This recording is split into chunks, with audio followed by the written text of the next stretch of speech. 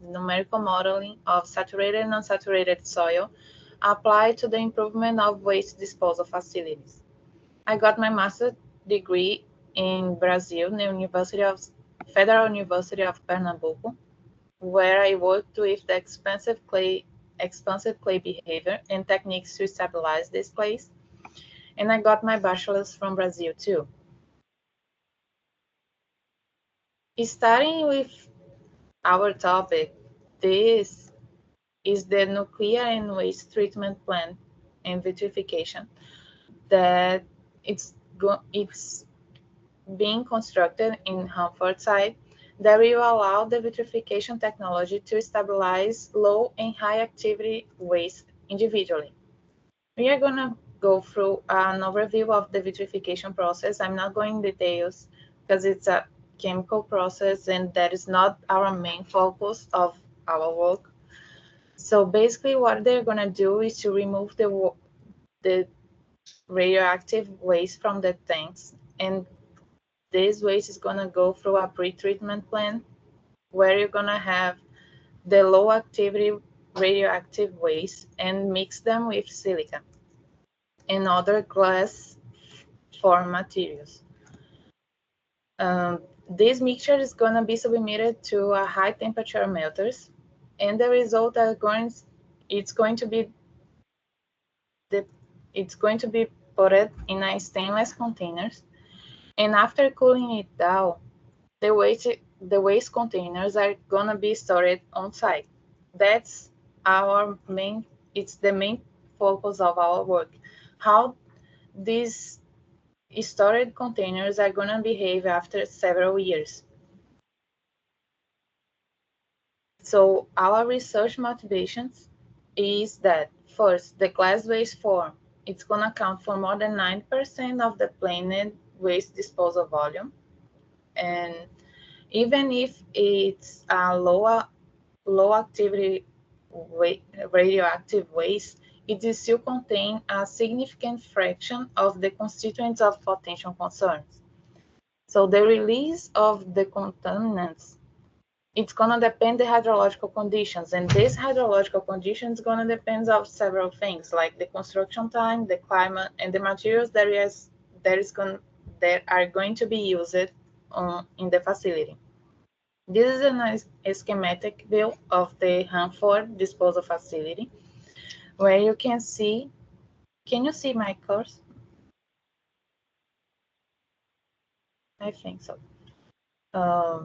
Where you can see the cursor is visible. component. Thank you. There you can see different materials that compose the disposal facility. If you take a close look, you're gonna see that each layer of waste it's basically formed by the backfill, the glass waste, and another layer of backfill. From a top view, you can see that the glass is surrounded by cylinder and the backfill. So our main objectives with this research is to understand how the hydrological conditions of the backfills that surrounds the glass waste forms, it's gonna impact the contaminant release. And for this, we're going to analyze the contribution of climate change, glass fractures, and cover on the degree of saturation, flux, and residence time around the glass waste forms. We aim to provide two local boundary conditions, like the order of magnitude of saturation, water volume, and residence time for the contaminant release, and provide some scientific guidance for performance and improvement through the emplacement strategies that is going to be adopted and on the glass waste forms disposal.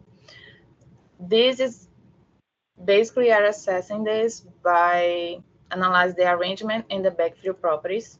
All of this to try to reduce the water that is in contact with the glass waste forms. Less water in contact with glass waste form means that you have less water that can absorb the radioactivity. For the contaminant transport, the hydrological conditions we can get localized model and have details about the hydrological conditions like water flux, saturation, water residence time, all of this around the glass waste of the water that we are considering that it's touching the waste, close to the waste. And boundary conditions, we are trying to set up a boundary condition that is the most descriptive of the field condition as possible. And we are assuming that the cover is degraded along the time and the liner is not gonna suffer a catastrophic failure along the years. In the operational phase, the stainless steel container is assumed intact and degraded after closure. The emplacement strategies of the glass we are considering in for the arrangement, changing the arrangement of the glass waste forms and some properties of the backfill. Here we can see I'm gonna go in with more details about the small and the large scale model later. But basically we start with the small scale model, trying to give an idea of what is gonna happen, what is the behavior of the water. But but knowing that it's an ideal case scenario, that is not really representative of what is happening in the large scale model, where you're going to consider the spatial variation of the cylinders on the landfill. You're going to consider the structural layers above and the leachate collection system. So for the model construction, we aim to understand that what is the water flow and the saturation in a local scale of this landfill. For the small scale model, we construct a 3D model with 9 cylinders and 2 layers of backfill on top and above, on top and below, sorry. And these are the dimensions that we are considering for the glass waste. We can see that the glass waste cylinder is 1.22 meters of the diameter and almost 2 meters of height. For the material properties considered for these models, we are using the soil water characteristic curve and the parameters of Wagner-Newton to describe this curve and the hydraulic conductivity. So the hydraulic conductivity is changing based on the suction that it's happening at that moment. And that's going to be important to analyze the results. The boundary conditions and mesh size that we are considering for the small model, we are considering infiltration boundary condition on top, a no flux boundary condition on the side, and a free drainage boundary condition on the bottom, so we are allowing the water to flow. For the large scale model, what we are considering is the infiltration boundary condition on top of the structural layers, and we are changing the infiltration boundary conditions from basically two numbers, 0.5 millimeters per year and 3.5 millimeters per year, to represent the cover scenarios that I'm going to go through later in these slides.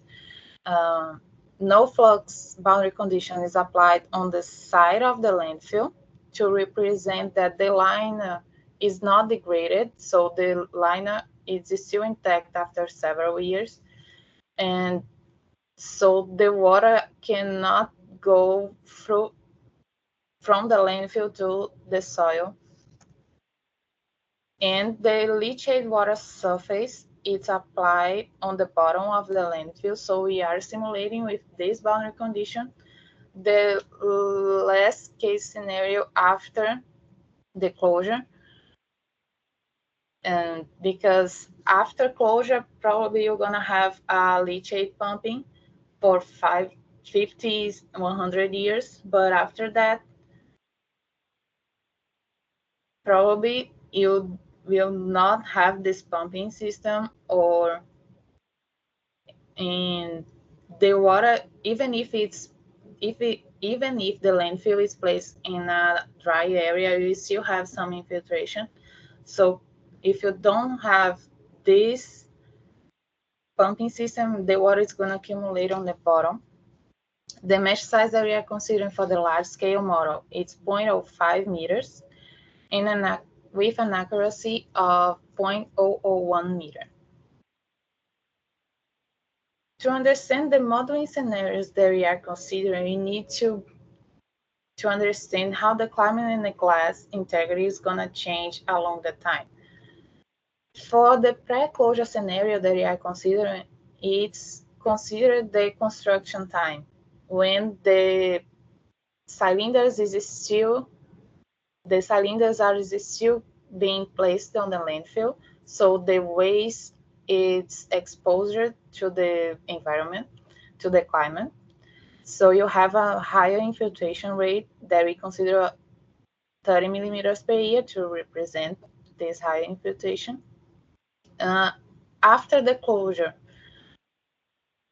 soon after the closure, you have an early post-closure scenario where you're gonna have an intact cover. So the infiltration rate is the lower, is the lower that you can get because your cover is intact. So we are considering an infiltration of 0.5 millimeters per year. In the late post-closure scenario, we are considering an infiltration rate a little bit higher than the early post-closure of 3.5 millimeters per year, to consider that the cover is already degraded after the long period exposure to the climate, vegetation, that all of that can create cracks on the cover, and these cracks can allow the water to infiltrate more. For the glass waste, we can have three cases. First, the steel cylinder is intact after closure. So if the steel cylinder is still intact, the water cannot be in contact with the glass. The second case, the steel cylinder is degraded after closure, but the glass is intact. So the glass has no fractures coming from the cooling down process of the vitrification. In case 3 scenario, the steel cylinder is degraded after closure and the glass has fractures. When I say that the glass has or doesn't have a fracture, it's because of the vitrification process. You heat up the glass and cool it down really quick. So this can create small fractures on the glass. And having fractures or not, if the glass has fractures, you can increase the surface area of the glass. And if this happens, you have more surface area that the water can be in contact with a radioactive waste. So for the results of the small scale model or the pre-closure scenario, when we are considering that the steel containers are intact, so if they are intact, they are considered impermeable. The water cannot go through the waste, so the water should flow around from the top to the side and then to the bottom. For our case, the post-closure scenario, when we are considering that the steel containers are degraded and the glass has fractures, that fractures right now, they are being modeled as a porous media. It's a really small pore volume, but they are being modeled right now as a porous media, and the water should be able to flow around and through the waste. Here are some examples of the results of the small scale model. where we can obtain the degree of saturation for each part, and more the most important thing, the residence time. There we can compare the pre-closure scenario. You have the lower residence time of 2.5 years. The post-closure scenario, when you consider the cover intact, you have the higher residence times of from 23 to 37 years. And for the post-closure scenario, and consider that the cover is degraded, you have a value between the pre-closure and the early post-closure scenario from 4 to 7 years. Also, we can see here when you consider that the container is degraded and the glass is fractured, the water residence time is 23 years. That is almost the same of the residence time when we consider that the degraded container and the glass is intact. So the glass, in this case here, there is no fracture.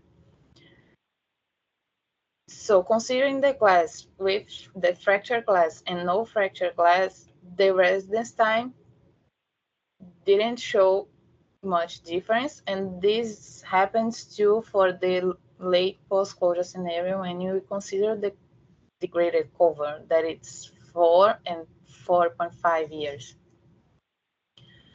For the large scale model, we are assuming that the steel cylinder is degraded, so the water can be in contact with the glass, and the glass has fractures. So we are modeling here as a porous medium, the glass. And this one is the degree of saturation of the half of the landfill.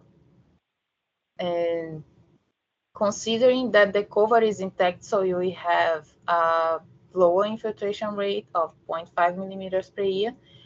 And the second one is the case for the cover considered degraded, a high infiltration rate. So we can see that the degree of saturation is way higher on the side of the landfill, and for the case when the cover is degraded. So we can see the difference that the degradation of the cover causes on the degree of saturation. Also, the degree of saturation can tell us the flow path of the water in the landfill. And what we can see, I'm gonna go back. What we can see here is that the water is accumulated on top of this layer. So the water is accumulating here. And on the bottom, it's more saturated. So what is happening is, in this region, we have a suction in the order of 10 power 2 kPa. And when we look at the material properties, the hydraulic conductivity of the materials, we can see that at this suction, the structural field is more permeable than the compacted layer, that is the brown one here. So the water can flow easily from this layer than from this one, than the brown one, the compacted backfill. So what is happening is the water is flowing from the top to the side and going around the waste until the end of the leachate collection system. So that's basically what you want from a landfill, because you don't want water in contact with your waste and being guided to the leachate collection system. Also, we can analyze the spatial water residence time distribution, because as I showed, the degree of saturation on this side is way higher than the center of the landfill. So right now we are analyzing 6 regions, from 1 to 6. And the degree of saturation, the water residence time were calculated around the waste in this red region here. There is 0.05 meters from the side of the glass vase and 0.1 meter above and below the vase.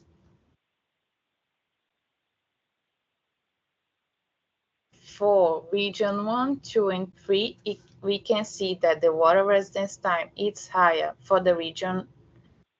Actually, it's higher for region 2.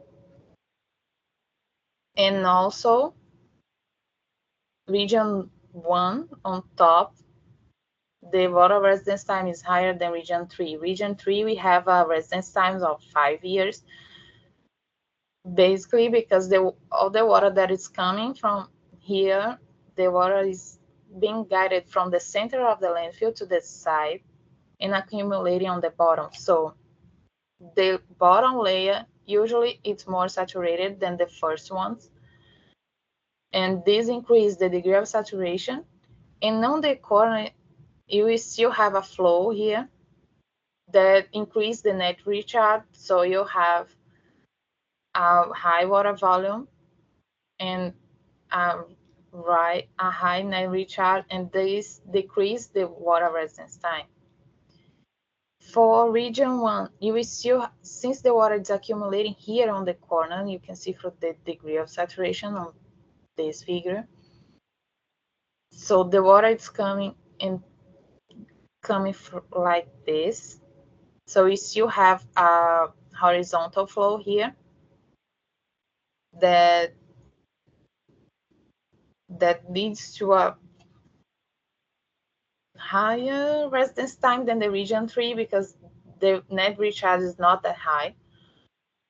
However, for region 2, the water is already flowing through the leachate system, so you don't have a higher net recharge, and that's why the water residence time for region 2 is way higher than region 1 and 3.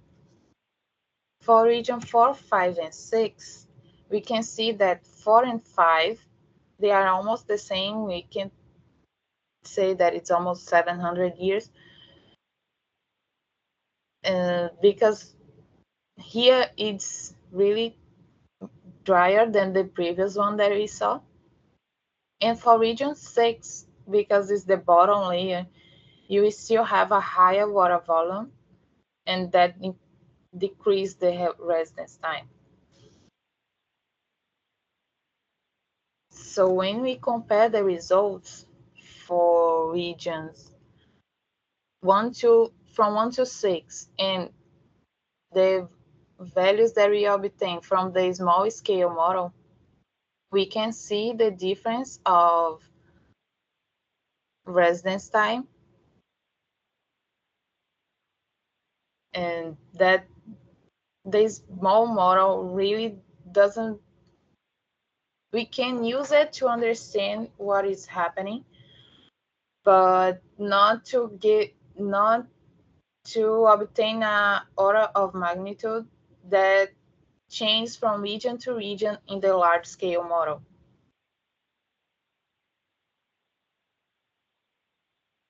So for our current study, the conclusions that we can get is when we are comparing the results from the small and the large model, the landfill covers, we can see that significantly reduce the water flux and the saturation in the backfill.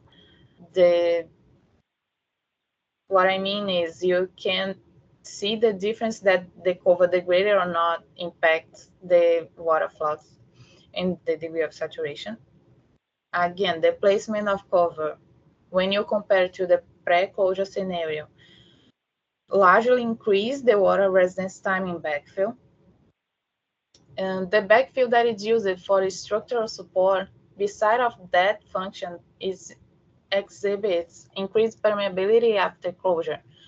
So besides the structural support, it is still directing the water away from the central area of the disposal facility to the site and to the leachate system. The water residence time close to the glass in the landfill varies from 5 to 700 years, and it depends on the location that you are considering the landfill. The water residence time is shorter near the bottom in the perimeter of the landfill. That was the region 3 that I mentioned. And this region so far it was identified as critical. And the glass fractures, considering the small scale model and assuming a porous media, showed no significant change in the hydrological conditions near the glass containers. For the future of this research, we are aiming to model the glass fractures using a discrete modeling, trying to bring the realism of fracture geometries and the water storage and the potable water properties as, for example, the capillarity forces. And we want to analyze the emplacement strategies of the glass waste that includes the backfill properties. For the large-scale modeling, we want to evaluate the distribution of the glass waste water saturation, the residence time, and liquid to surface area ratio through the landfill, because as we can see from the regions that I show from 1 to 6, place the place that we are considering the landfill, it matters. And for that, we can evaluate the strategies to reduce water saturation near the glass. And again, this includes the arrangement and the backfill properties. That's it for today. Thank you, everyone. If you have some questions, feel free to ask. Kim?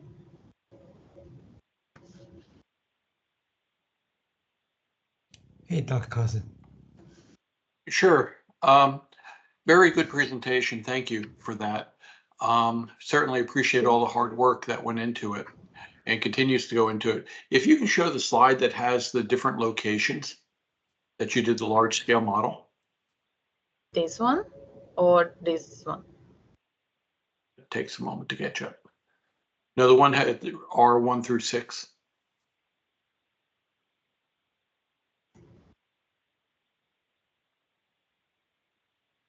This Yeah, one? this one. Yep, perfect. Clearly, the location of R3 has a lot more water contact than the other locations. How would you change the design of this landfill, perhaps the thickness or the type of fill, to reduce the amount of water contact around R3 and R2, for example? If you were given a design criteria that you wanted minimum residence time of, say, 20 years, what would you change to achieve that? We are studying right now placing a thin layer on the bottom. Hmm? You mean to, let me see if I got the question right. You want to minimize the water contact with the glass on the bottom layer?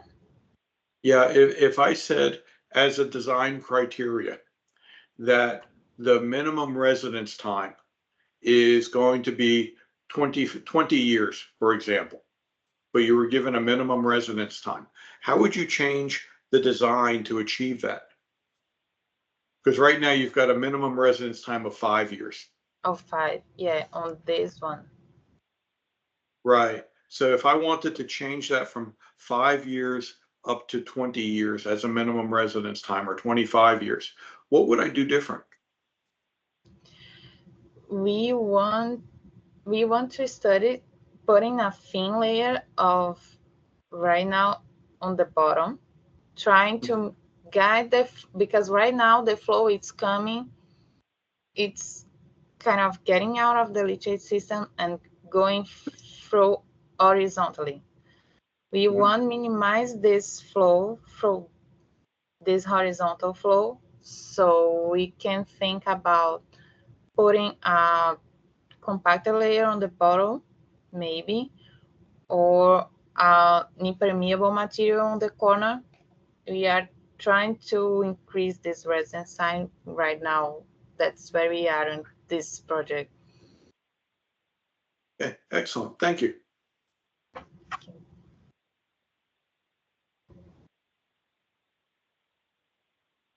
Is it okay if I ask a quick question? Oh, sorry, what was that? Oh, Steven said, so you raise your hand, so go ahead. Yeah, okay. Awesome. Thank you for your presentation, Martha. I had a quick question about, I think some of the assumptions you made. So you, Okay. like, in your presentation, you kind of showed how you, like, tested, or I guess did the computational experiment when the glass had fractured and not fractured and stuff like that. But I think towards the beginning you mentioned something about like a side liner, and you had assumed it was intact. And I believe that was the case for all of the, I guess, trials you ran. Is that the case? Yeah, that's right. Okay. The side, Okay. the liner is placed here on the side of the landfill. Okay, yeah. And I guess my question is, do you think that's, I guess, a good assumption? And if it were to break, would that change your, I guess, results significantly if there were like a, I guess, a tear or break in the liner or something, and I guess water was able to flow through that?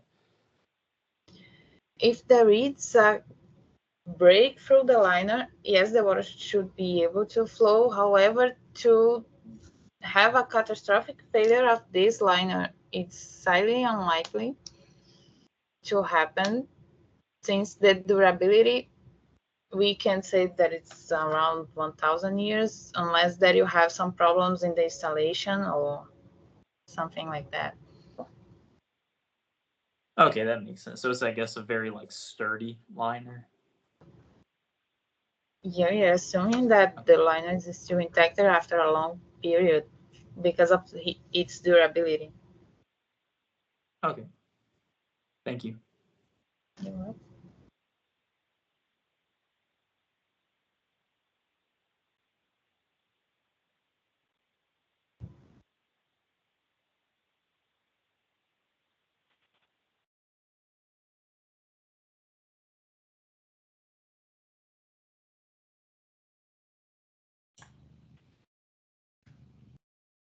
Okay, so any other questions for Martha?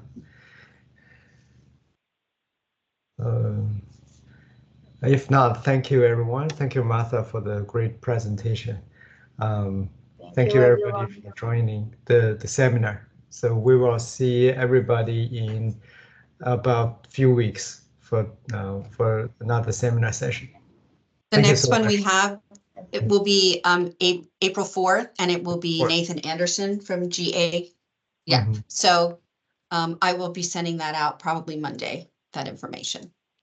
Sounds- I would encourage everyone to attend that one. It should be fascinating. The General Accountability Office is responsible for oversight of federal projects on behalf of Congress. And Nathan is in charge of the environmental division there. So all of the various projects that go on in the country, his group investigates and looks at their effectiveness. Fascinating person. Sounds good. Thank you so much. So wish everybody have a nice weekend. Thank you, Martha. Thank you, Martha. Thank you, everyone. Thank you for the invitation too.